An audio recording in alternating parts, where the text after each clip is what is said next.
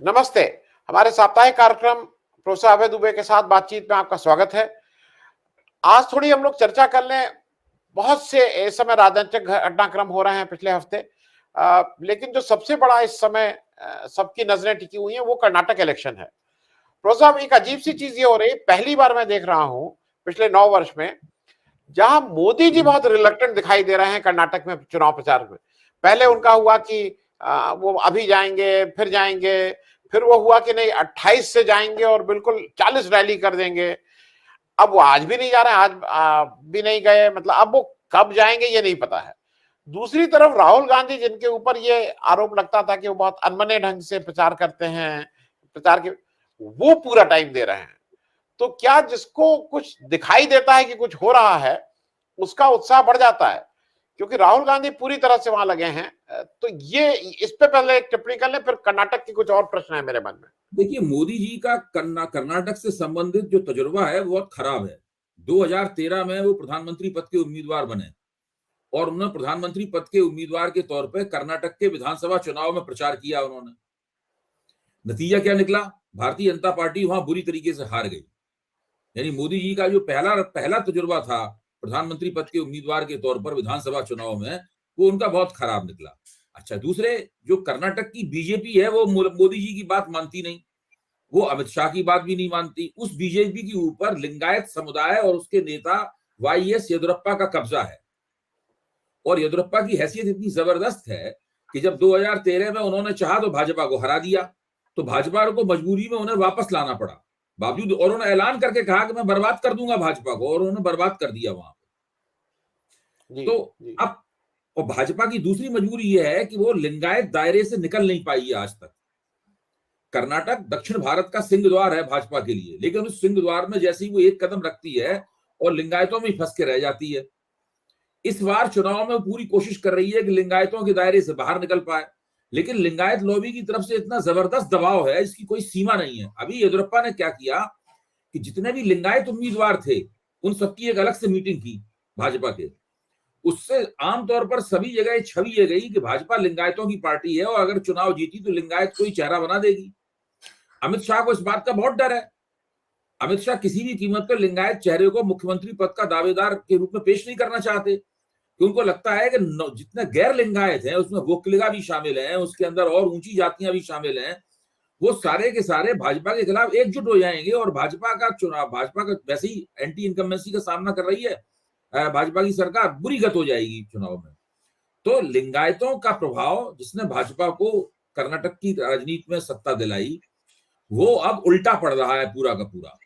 जी बहुत मुश्किल हो रही है उनके लिए। दूसरे जी लिंगायतों को ये भी देखना है, लिंगायत रणनीतिकारों का, कि भाजपा अब उनके ऊपर निर्भर नहीं रही है, वो वोकलिगाओं में अपना प्रभाव बढ़ाना चाहती है।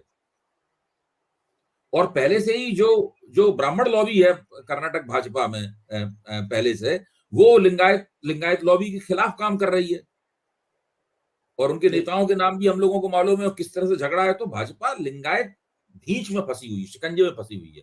उस जी शिकंजे से निकलने के लिए वो छटपटा रही है और कुछ भी मोदी के हाथ में नहीं है। जी जी मोदी के हाथ में कुछ भी नहीं है। मोदी इतना शक्तिशाली आला कमान होने के बावजूद, मोदी, अमित शाह और जेपी नड्डा का, कर्नाटक भाजपा बिल्कुल उनके कहने पे नहीं चलती है। इस और मोदी को, सब लोगों को साफ दिख रहा है कि कर्नाटक में भाजपा का चुनाव हारने वाली है।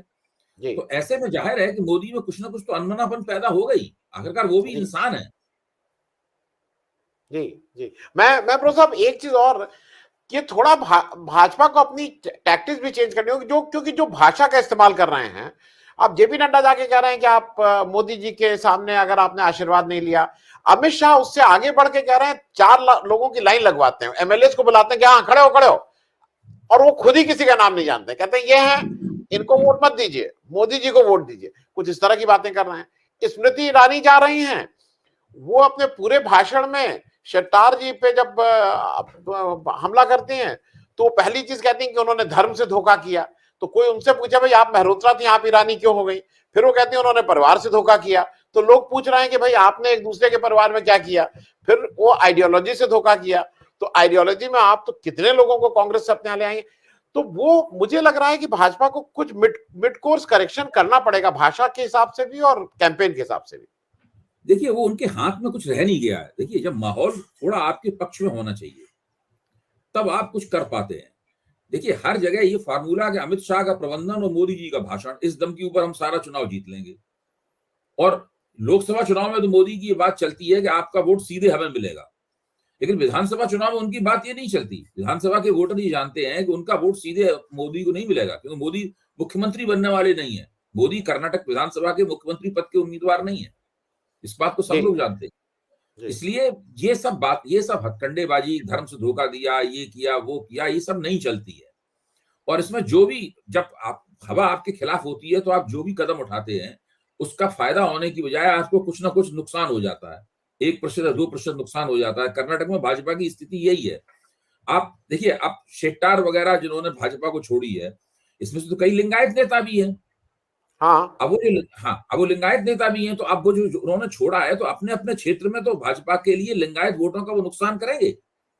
और ये भाजपा को साफ तौर पर दिख रहा है कि भाई लिंगायत वोट जितने पिछली बार हमें मिले थे उतने मिलने वाले नहीं है। सब लोग जानते हैं कि येदियुरप्पा नए मुख्यमंत्री नहीं बनेंगे, येदियुरप्पा को भी ये बात मालूम है। तो भाजपा के लिए न तो लिंगायत वोट सुनिश्चित रह गए हैं, और वोकलिगा वोट तो विधानसभा चुनाव में कभी मिले नहीं, तो उसकी तो विधानसभा चुनाव में मिलने की कोई गारंटी नहीं है। उम्मीद है कि मुसलमानों का 4% आरक्षण ले लिया, 2 लिंगायतों को दे दिया और 2 वोकलिगाओं को दे दिया, और इस जरिए सोचते हैं कि शायद दूसरी पार्टियां भी लिंगायतों और वोकलिगाओं को जम के टिकट देती हैं।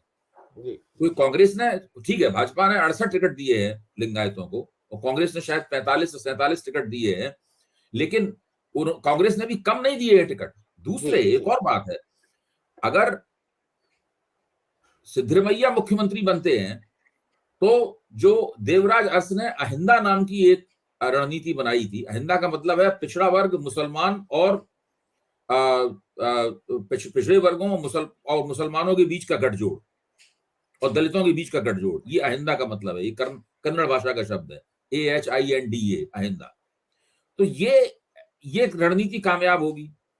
अगर ये रणनीति पूरी तरीके से कामयाब नहीं हुई और कांग्रेस ने एक वोकलिगा को मुख्यमंत्री बना दिया, DK शिव कुमार को, तो लोकसभा चुनाव में पिछली बार जो वोकलिगाओं के वोट भाजपा में शिफ्ट हो गए थे वो इस बार शिफ्ट उतने नहीं होंगे, क्योंकि एक वोकलिगा मुख्यमंत्री बनेगा बहुत मुद्दतों के बाद में, शायद पता नहीं पिछली बार कब बना था। जी। तो ये, हाँ, वो कुमार स्वामी थे शायद जो वोकलिगा के तौर पर मुख्यमंत्री बने थे। ये भाजपा के लिए बहुत मुश्किल है, इधर कुआं उधर खाई वाली स्थिति है। जी, मैं एक और छोटा सा प्रश्न कर्नाटक का कर लूं, फिर हम लोग थोड़ा दूसरे राज्य में चलें। राहुल गांधी 2 चीजें बहुत वो कर रहे हैं। एक, वो बार बार कह रहे हैं कि हम पहली कैबिनेट में इंप्लीमेंट कराएंगे ये चीजें, क्योंकि उनका कहना है कि हमारा चुनावी वादा नहीं है। दूसरा, वो एक कह रहे हैं जिसकी जितनी संख्या की बात कर रहे हैं, कास्ट बेस्ड सेंसस की बात कर रहे हैं, और आरक्षण पे 50% कैप को हटाने की बात कर रहे हैं। ये 3 चीजें बहुत इंपॉर्टेंट हैं। तो ये एक 2024 के कुछ चीजों का को अभी से वो एक तरह से इशारा कर रहे हैं कि किस पे इलेक्शन लड़ेंगे, किन मुद्दों पे। देखिए, देखना ये पड़ेगा कि राहुल गांधी ये जो कह रहे हैं ये बात कितनी दूर तक जाती है, और भाजपा इसकी काट करने के लिए क्या फार्मूला अख्तियार करती है, क्या युक्ति भाजपा इसकी काट के लिए निकालती है। क्योंकि ये बात तो VP सिंह ने भी कभी नहीं कही, जिसकी इतनी संख्या भारी उसकी उतनी हिस्सेदारी। उन्होंने 27% आरक्षण मान लिया, लेकिन 27% आरक्षण तो जो पिछड़े वर्गों की संख्या है आबादी में, अगर हम मान के चलेंगे कम से कम निकला अगर जनगणना के बावजूद, तब भी 45% तो निकलेगा ही, और ज्यादा निकला तो 52 से 55% तक निकलेगा। जी। तो ये तो लोहियावादी नारा दिया करते थे एक जमाने में, डॉक्टर लोहिया का दिया गया नारा है। इसको उस डॉक्टर लोहिया के नारे के बाद में अगर किसी ने इसको जो है अख्तियार किया है तो राहुल गांधी ने अख्तियार किया है। अब राहुल गांधी इस मामले में VP सिंह से भी आगे निकल जाना चाहते हैं, उससे भी ज्यादा रेडिकल बात बोल रहे हैं। तो इसका कितना फायदा होगा कांग्रेस को, किस हद तक ये नारा जाएगा, क्योंकि अब जो सामाजिक न्याय के प्रश्न के ऊपर इतने ज्यादा पिछड़ी जातियां आंदोलित नहीं होती हैं इस सवाल को लेकर, क्योंकि सब लोग जानते हैं व्यवहारिक रूप से कि आरक्षण की क्षमता भी घट गई है, आरक्षण की नीति का भी एक तरह का मजाक बन गया है। सभी लोग आरक्षण प्राप्त करना चाहते हैं, जो लोग OBC नहीं है। अब EWS के आने के बाद में, यानी गरीबी की कोटे के आने के बाद में, जो कि अगली जातियों को आरक्षण प्राप्त होने लगा है, तो वो उसके बाद तो आरक्षण की स्थिति और भी खराब हो गई। अब तो वो सामाजिक न्याय का उस तरह का केंद्र रह ही नहीं गया है। तो अब जब इस बात को उठाया जाता है तब आरक्षण की नीति का चरवा बन गया एक तरह से, तो उसका राजनीतिक लाभ भी उसी हिसाब से सीमित हुआ है। ये नारा अगर कांग्रेस ने 90 के दशक में दिया होता, जब वीपी सिंह ने 27% आरक्षण दिया था, उसी वक्त कांग्रेस ने अगर ये नारा दिया होता कि हम तो 27% से भी आगे जाकर आबादी के मुताबिक आरक्षण देने को तैयार है, तो हो सकता है कि कुछ पिछड़े समुदाय कांग्रेस के अंदर लौट आते, जो कि 60 के दशक में कांग्रेस छोड़ के गए थे। लेकिन अब इसमें बहुत देर हो चुकी है। राहुल गांधी ये नारा देकर भाजपा में जो पिछड़े वर्गों की, अगड़ी और पिछड़ी जातियों की भाजपा ने एकता बनाई है, हिंदुत्ववादी एकता बनाई है, उसको थोड़ा गड़बड़ाना चाहते हैं। उस लिहाज से ये बात उनकी ध्यान देने काबिल है, लेकिन वो कितनी गड़बड़ा पाएंगे ये देखने की बात। जी, मैं एक चीज और थी, एक बहुत बड़ा इस समय देश में बात चल रही है, हर एक आदमी चर्चा कर रहा है, और हम और आप, कोई भी संवेदनशील आदमी होगा, हमारी कुछ खिलाड़ियां और खास करके महिला जो कुश्ती में भाग लेती थी, जो बहुत मेडल लाई हैं, वो इस समय जंतर मंतर पे खुले आसमान के नीचे एक धरना कर रही हैं, और ये धरना पिछले 3 महीने पहले भी उन्होंने एक नोटिस दिया था, उसको लेके कर रही हैं। सबसे बड़ी बात यह है कि वो आक्षेप लगा रही हैं एफआईआर नहीं हुई है, लेकिन सबसे बड़ी बात यह जिस तरह से सरकार इसका रवैया जो है, अब सरकार बाकी जगह ये कहती है बिना किसी सबूत के एफआईआर हो जाती है, यहाँ कह रहे कि नहीं एफआईआर अभी हम प्रूव करेंगे, कोई मंत्री कोई एक शब्द बोल नहीं रहा है। ये कितनी संवेदनहीन हो गई है सरकार। देखिए, जो कुश्ती फेडरेशन के अध्यक्ष हैं, जैसा कि हम सब लोग जानते हैं, उनका नाम बृजभूषण शरण सिंह है, और वो उत्तर प्रदेश के मजबूत राजपूत नेता हैं, और वो एक खास इलाके में, बहुत अयोध्या और पूर्वी उत्तर प्रदेश में एक बहुत बड़ा प्रभाव रखते हैं। अवध के इलाके में वो सब हिस्सा जो है उसमें उनका बहुत असर है। और वो 90 के दशक में जब पहली बार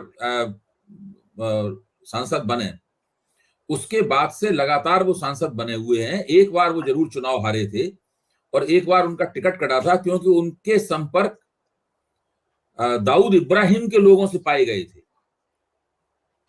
इसलिए उनका टिकट काट दिया गया था। तब उनकी बीवी को टिकट दिया गया और उनकी बीवी चुन के आई। तो वो इतने प्रभावशाली व्यक्ति हैं। आप इससे अंदाजा लगा सकते हैं कि भारतीय जनता पार्टी इस चुनाव के मौसम में बृजभूषण शरण सिंह की सेवाएं नहीं खोना चाहती। और बृजभूषण शरण सिंह ये भी दिखा चुके हैं कि भाजपा छोड़ के वो समाजवादी पार्टी के टिकट पे भी चुनाव लड़ चुके हैं, भाजपा के कैंडिडेट को भी हरा चुके हैं जी। वो नहीं करना चाहती किसी भी तरीके से। अब इस चक्कर में भाजपा की बहुत बदनामी हो रही है, और इसमें बहुत ज्यादा मैनिपुलेशन हो रहा है। देखिए, पहले जितने पहलवानों ने आंदोलन करना शुरू किया था, उनकी संख्या धीरे धीरे घटती जा रही है, क्योंकि इस बीच में किसी को कुछ देकर, किसी को लोभ लालच देकर इधर उधर उस पूरे आंदोलन से बाहर फोड़ा गया है। कुछ लोग जो छूटने के लिए तैयार नहीं हुए हैं, वही केवल इस वक्त धरना दे रहे हैं, और पूरी तरीके से पर्दे के पीछे एक कोशिश चल रही है कि इस पूरे मसले को प्रबंधित कर लिया जाए, मैनेज कर लिया जाए, ये कोशिश चल रही है। अब इधर नीतीश कुमार ने आनंद मोहन सिंह को छोड़ने के लिए एक जेल मैनुअल संबंधी एक कानून है, उसके अंदर एक तब्दीली की। सीधी बात यह है कि वो उन्हें भी राजपूत वोट चाहिए बिहार में, इसलिए उन्होंने ऐसा किया है। अब जो मीडिया है, जिसको मैं गोदी मीडिया कहना ठीक है हम लोगों के लिए, वो इस बात को लेकर नीतीश कुमार के ऊपर बहुत खफा है, लेकिन बृजभूषण शरण सिंह के मामले में सारे मीडिया ने चुप्पी साध रखी है। तो ये दोनों दरअसल एक ही श्रेणी के लोग हैं। मेरा मानना है, चाहे अतीक अहमद हो, चाहे आनंद मोहन सिंह हो, चाहे बृजभूषण शरण सिंह हो, मैं व्यंग से कहता हूं कि ये लोग बड़े पुण्यात्मा हैं, और इन्हीं के पुण्य प्रताप से भारत में राजनीति चल रही है, और ये सारी पार्टियों में इस तरह के लोग मौजूद हैं, ऐसा कोई नहीं है। तो इस मामले में राजनीति का जो बाहुबलीकरण है, उसे करने में सभी पार्टियां, तकरीबन छोटी पार्टियों को छोड़ दीजिए, बाकी सब उसी हम्माम में नंगी।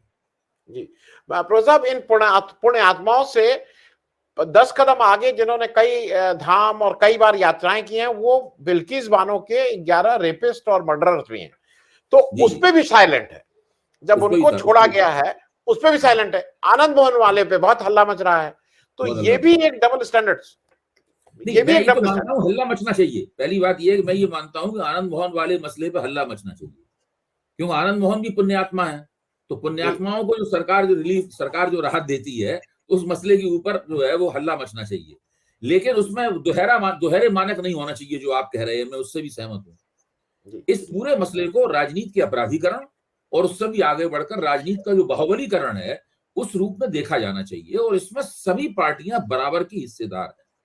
क्योंकि भारतीय जनता पार्टी इस वक्त सत्ता में है, केंद्र में और सारे देश की बहुत जगहों पे सत्ता में है, इसलिए ये सवाल भारतीय जनता पार्टी से ज्यादा जोरदारी से पूछा जाना चाहिए और उसे अपने गिरेबान में मुंह डाल के देखिए। ये जो ब्रजभूषण शरण सिंह पे साधारण आरोप नहीं है, जो पदक विजेता महिला पहलवान है वो उनके ऊपर यौन उत्पीड़न का आरोप लगा रही है। वो कह रहे हैं हमारे खिलाफ साजिश हो रही है। तो अगर और किसी व्यक्ति पे किसी ने यौन उत्पीड़न का आरोप लगाया होता तो अभी तक तो वो जेल में होता। कानून तो ये कहता है कि भाई आप साबित कीजिए कि आपने यौन उत्पीड़न नहीं किया। जी। मैं एक, चूंकि बात नीतीश जी की चल रही थी, नीतीश जी ने एक अपनी तरफ से प्रोएक्टिव होके वो एकदम से दिल्ली आ गए, सबसे बात करने लगे, अरविंद केजरीवाल साहब से बात करके गए थे, और फिर इन्होंने अभी ममता जी से बात की, एक तरह से ममता जी को मना लिया, फिर वो अखिलेश यादव से उसी दिन आके बात किए, सबके साथ प्रेस कॉन्फ्रेंस कर रहे हैं, सब लोग कह रहे हैं कि हम लोग नीतीश जी के साथ हैं। ये एकदम से क्या ये भी एक कारण हो सकता है कि नीतीश जी के ऊपर अब हमला भी तेज होगा? देखिए है क्या, जो हमला हो रहा है वो आप देखिए, इसमें आनंद मोहन सिंह के मामले में जब टीवी के ऊपर बहस करने वालों की बारात सजती है तो उसमें भाजपा का प्रतिनिधि नहीं होता, या तो भाजपा के प्रतिनिधि को बुलाया नहीं आता, या भाजपा अपना प्रतिनिधि देती नहीं, भाजपा का प्रतिनिधि विश्लेषक हो जाता है, वो राजनीतिक विश्लेषक होके आता है। उसमें होता क्या है कि भाजपा के जो नेता हैं उन्होंने खुद भी आनंद मोहन सिंह की रिहाई की मांग की थी। सुशील मोदी ने ट्वीट्स किए थे, सुशील मोदी ने ट्वीट करके कहा था कि आनंद मोहन सिंह बहुत सजा काट चुके हैं, इनकी रिहाई का इंतजाम होना चाहिए। इसके जवाब में नीतीश कुमार ने पब्लिक मीटिंग में ये कहा था कि भाई हम उनका इंतजाम कर रहे हैं, और नहीं, आप अगर यकीन नहीं है उनकी बीवी से जाके पूछ लो, हम उनका इंतजाम कर रहे हैं। तो ये पूरा मामला जो है काफी घिनौना है, और इसके पीछे ये विश्वास है कि एक व्यक्ति जो कि बाहुबली है वो जेल से निकल के आएगा तो वो इधर के वोट उधर कर देगा। भाजपा इससे डरी हुई है और नीतीश कुमार बल्ले बल्ले हो रहे हैं। भाजपा को लग रहा है कि आनंद मोहन सिंह हमारे वोट ले जाएंगे। आनंद मोहन सिंह का लड़का पहले से ही राष्ट्रीय जनता दल से विधायक है। ये जो स्थिति है ये भारतीय राजनीति की एक बहुत बड़ी विकृति है, और इस विकृति की जितनी निंदा की जाए उतनी कम है, और इस विकृति को बनाए रखने में सभी पार्टियां इसमें बराबर की हिस्सेदार हैं। क्षुद्र किस्म के राजनीतिक स्वार्थों के लिए आप किसी भी हद तक जा सकते हैं। अब उसी स्वार्थ के लिए भारतीय जनता पार्टी नीतीश कुमार की आलोचना कर रही है, आनंद मोहन सिंह की आलोचना नहीं कर रही है। गिरिराज सिंह ने तो खुल के कहा ना आनंद सिंह को ठीक छोड़ा गया है। जी जी जी जी जी। मैं प्रो साहब एक चीज और, महाराष्ट्र में जो हमारे सबसे सीनियर मोस्ट, मतलब हम लोग उनको भी संवेदना भाई व्यक्त कर लें, और खेद हमारे प्रकाश सिंह बादल नहीं रहे तो उनके लिए भी संवेदनाएं, लेकिन अब जो सबसे सीनियर मोस्ट रह गए हैं देश में, देवेगौड़ा साहब और शरद पवार साहब में, शरद पवार साहब रोज अपनी नई अब वो एक नया ले आए, कह रहे हैं अब रोटी पलटने का वक्त आ गया है। अब वो रोटी, कोई कह रहा है रोटी पलटने का मतलब दूसरे पाले में जाना है कि अपने ही घर की सुप्रिया सुले और अजीत रोटी पलटने का मुहावरा। मैं तो राजनारायण जी का 1977 में एक भाषण सुना था। हम लोग भी जेल था, मैं बहुत उम्र में छोटा था, जेल से छूटा था इमरजेंसी में, मेरे पिताजी भी जेल में बंद थे, मैं भी जेल में था। जेल से बाहर निकले तो उसके बाद 77 में जो चुनावी मुहिम शुरू हुई तो राजनारायण जी इटावा में भाषण देने के लिए आए। बहुत बड़ी मीटिंग हुई, सनातन धर्म कॉलेज का जो हॉल है उसमें मीटिंग हुई। उसमें राजनारायण जी ने कहा था कि जनता जो है वो चुनाव में रोटी पलटती है, यानी सत्ता को बदलती है। तो उस संदर्भ में अगर देखा जाए तो अगर पवार उस संदर्भ में कह रहे हैं तो वो सत्ता बदलने का आह्वान कर रहे हैं, लेकिन उसका एक ये मतलब भी निकलता है जो आप कह रहे हैं रोटी पलटने की, यानी हम अपनी राजनीतिक वफादारी बदलना चाहते हैं। देखिए ये दो बड़े नेता हैं, देवगौड़ा और पवार, ये दोनों मुझे लगता है कि अपनी आखिरी लड़ाइयां लड़ने की तरफ जा रहे हैं। देवगौड़ा और उनकी पार्टी के सामने तो बिल्कुल एकदम राजनीतिक बियाबान में जाने का संकट है। अगर किसी भी तरीके से जो वोकलिगा वोट हैं वो डीके शिव कुमार को मुख्यमंत्री बनाने के प्रलोभन में कांग्रेस की तरफ चले गए और आरक्षण के प्रलोभन में उनका एक हिस्सा भाजपा की तरफ चला गया, तो जिस पार्टी को हम लोग जनता दल सेकुलर कहते हैं और जिसके नेता देवगौड़ा और उनके बेटे कुमार स्वामी हैं, वो पार्टी पूरी तरीके से राजनीति, कर्नाटक की राजनीति में निरर्थक हो जाएगी, उसका कोई मतलब नहीं रहेगा। और फिर लोकसभा चुनाव में तो कुछ वैसे पिछली बार ही वो लोग ढक्कन हो गए थे। इधर महाराष्ट्र में भी जो राष्ट्रवादी कांग्रेस पार्टी है वो भी इतना ज्यादा तो नहीं, लेकिन इसी से मिलते जुलते संकट का सामना कर रही है। जो ढुलमुलपन आपको पवार की राजनीति में दिखाई पड़ रहा है, जो वैसिलेशन दिखाई पड़ रहा है पवार की राजनीति में, वो उस पवार की उसका कारण ये है, पवार उसका एक पार्टी और अपने राजनीतिक भविष्य के प्रति निश्चिंत नहीं है। नहीं प्रोफेसर साहब, उसका एक कारण ये भी लग रहा है कि 18 मई को वो जज साहब रिटायर हो रहे हैं, जिस पीठ ने जजमेंट रिजर्व किया है महाराष्ट्र असेंबली के बारे में कि भाई उसका क्या, उसमें जो 16 विधायक हैं उनकी सदस्यता के बारे में, और वो ऐसा माना जा रहा है कि 18 मई से पहले वो जजमेंट आएगा। 10 मई को वोट हैं, तो कई लोग ये भी कह रहे हैं वो 10 मई के वोट के बाद उस जजमेंट को देंगे, क्योंकि वो नहीं चाहते हैं इसका प्रभाव पड़े, और उसको लेके बहुत अटकलें हो रही हैं कि सरकार गिरेगी तो ये इधर आ जाएंगे तो कौन बन जाएगा, उसको लेके भी एक बहुत अटकल है। प्रोफेसर साहब, नहीं, आप ठीक कह रहे हैं। देखिए, इन चीजों में सबसे बड़ी बात यह है कि जब किसी पार्टी और नेता के ऊपर ये शक हो जाता है कि वो दल बदल करने वाला है, तो इसमें कोई 100% बात गलत नहीं होती है। जो सचिन पायलट के ऊपर कभी शक हुआ था, तो 100% बात गलत नहीं थी, वो नहीं हो पाया, वो बात दूसरी है। अब अजित पवार तो पहले ये था कि वो शरद पवार के खिलाफ जाके दल बदल करने वाले हैं। अब स्थिति है, अब अंदाज लग रहा है कि वो जो दल बदल करेंगे उसमें शरद पवार की मर्जी भी होगी। जी। तो ये सब जो बातें चल रही हैं, इन सब बातों में ये जो कुछ ना कुछ इसमें तत्व होता है जी। मतलब जो धुआं निकल रहा है, इसका मतलब है कहीं ना कहीं कोई चिंगारी है, कहीं कुछ ना कुछ तो सुलग रहा है, और ये चीज जो है वो राजनीति को अनिश्चित बना देती है। और जब राजनीति अनिश्चित होती है तो फिर आपका स्वर भी साफ नहीं होता, आपके कदम भी साफ नहीं होते, और उसके अंदर काफी ढुलमुलपन पैदा हो जाता है। प्रोफेसर साहब, चलते चलते एक अंतिम प्रश्न, अभी जैसा कार्रवाई हो रही है और खास करके विपक्ष के जो टॉप लीडरशिप है उसके ऊपर बिल्कुल ठीक से लोग टूट पड़े हैं। केजरीवाल साहब का मोर और लेस लग रहा है कि वो जेल उनको भेजा ही जाएगा। अभिषेक बनर्जी जेल जाने की कगार पे हैं। बी कविता को भी जेल जाना ही लग रहा है। तेजस्वी यादव के लिए किया जा रहा है, सारा जाल बिछाया जा रहा है। आपको नहीं लग रहा है कि बीजेपी को ये लग रहा है कि 2024 से पहले सबको जेल भेजो और फिर नेम शेमिंग करके कहो कि सब भ्रष्टाचारी देखो हैं और हम लोग ठीक हैं? वो तो पहले से ही कह रहे हैं। देखिए, अब वो पहले से ही कह रहे हैं, जेल भेजने की बात कहेंगे तो हमने कहा था भ्रष्टाचारी है, जेल जा रहे हैं। ये तो सब होने वाला है, ये उनकी मुख्य रणनीति है। वो जिस चीज को उन्होंने पहले बालाकोट एयर स्ट्राइक के तौर पर, नहीं वो सर्जिकल स्ट्राइक उनको विपक्ष के ऊपर कर रहे हैं। ये वो अच्छा, अब इसमें क्या है कि ये बात उल्टी पड़ सकती है, इससे राष्ट्रवाद तो भड़कता नहीं है, ये बात उल्टी भी पड़ सकती है, क्योंकि अपने अपने प्रभाव क्षेत्रों में ये सब नेता प्रभावी भी हैं, तो इनके पक्ष में बड़ी हमदर्दी की लहर भी इसमें आ सकती है।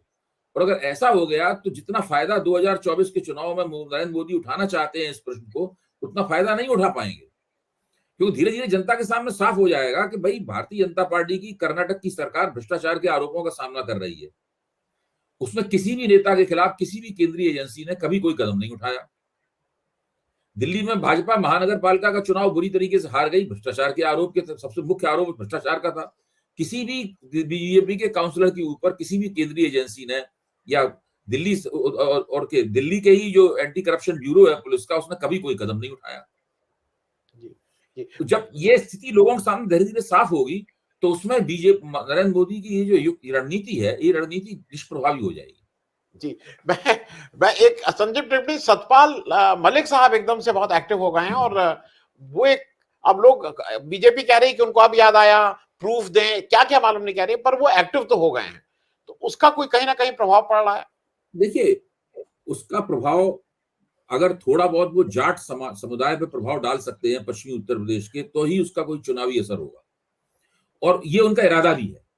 उन्होंने करण थापर को दिए गए इंटरव्यू में कहा भी है कि मेरा कोई कुछ नहीं बिगाड़ सकता, मेरा समुदाय तो बहुत बड़ा है, ये लोग वहां पब्लिक मीटिंग भी नहीं कर पाएंगे। तो ये वो करना भी चाहते हैं। अभी उन्होंने दिल्ली में जो आरके पुरम थाने के पर जो घटना हुई, उसमें उन्होंने उसी जाट खाप पंचायत के नेताओं को लेके आए थे, तो उसका उन्होंने इस्तेमाल भी किया है। अब इसमें देखना पड़ेगा कि उनकी ये गतिविधियां किस हद तक जाती हैं। देखिए, वो पश्चिमी उत्तर प्रदेश के जाटों के राजनीतिक प्रतिनिधि के तौर पर अभी तक चिन्हित नहीं हुए हैं। वो काम चरण सिंह के बेटे अजीत सिंह और फिर उनके बेटे जैन, वो कर रहे हैं वो काम। उनकी एक पार्टी है जो चुनाव लड़ती है, वो वोट भाजपा से छीनने की कोशिश उन्होंने पिछली बार की थी, एक हद तक विधानसभा चुनाव में वो सफल भी हुए, कुछ पहले से ज्यादा बेहतर उनके नतीजे भी आए। अब सत्यपाल मलिक जो आ रहे हैं, सत्यपाल मलिक क्या उनके साथ गठजोड़ करेंगे पश्चिमी उत्तर प्रदेश की राजनीति में, या वो उससे अलग कोई संगठन बनाएंगे? वो कहेंगे नहीं, हम पश्चिमी उत्तर प्रदेश के जाटों के असली प्रतिनिधि हम हैं, या जैन चौधरी उनका नेतृत्व स्वीकार करेंगे, या वो जैन चौधरी को नेतृत्व स्वीकार करेंगे? भाई एक जमाने में तो वो चरण सिंह के खास थे सत्यपाल मलिक अपने शुरुआती दौर में। जी जी जी, मैं 70-80 के दशक की बात कर रहा हूँ। जी, तो ये स्थिति है। तो सत्यपाल मलिक की राजनीति किस तरीके से परवान चढ़ती है, क्या रूप लेती है, उसका पलड़ा किधर झुकता है, और पश्चिमी उत्तर प्रदेश के जाटों में जाट किसको अपना नेता मानते हैं?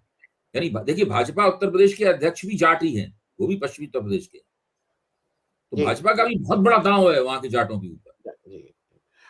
मुझे मेरा व्यक्तिगत ये मानना है प्रोफेसर साहब कि अगर सतपाल मलिक साहब अपनी राजनीतिक व्यक्तिगत महत्वाकांक्षा को थोड़ा पीछे रख लेंगे तो वो एक बड़ा कैटलिस्ट हो सकते हैं इस सारे उसके लिए। मतलब वो उनके इर्द गिर्द वो खुद अगर इससे थोड़ा इस लालच से पीछे हट जाए कि मुझे कुछ चाहिए, तो मुझे ऐसा लगता है। समस्या ये है आनंद जी, समस्या ये है कि बिना महत्वाकांक्षा की तो राजनीति होती नहीं है।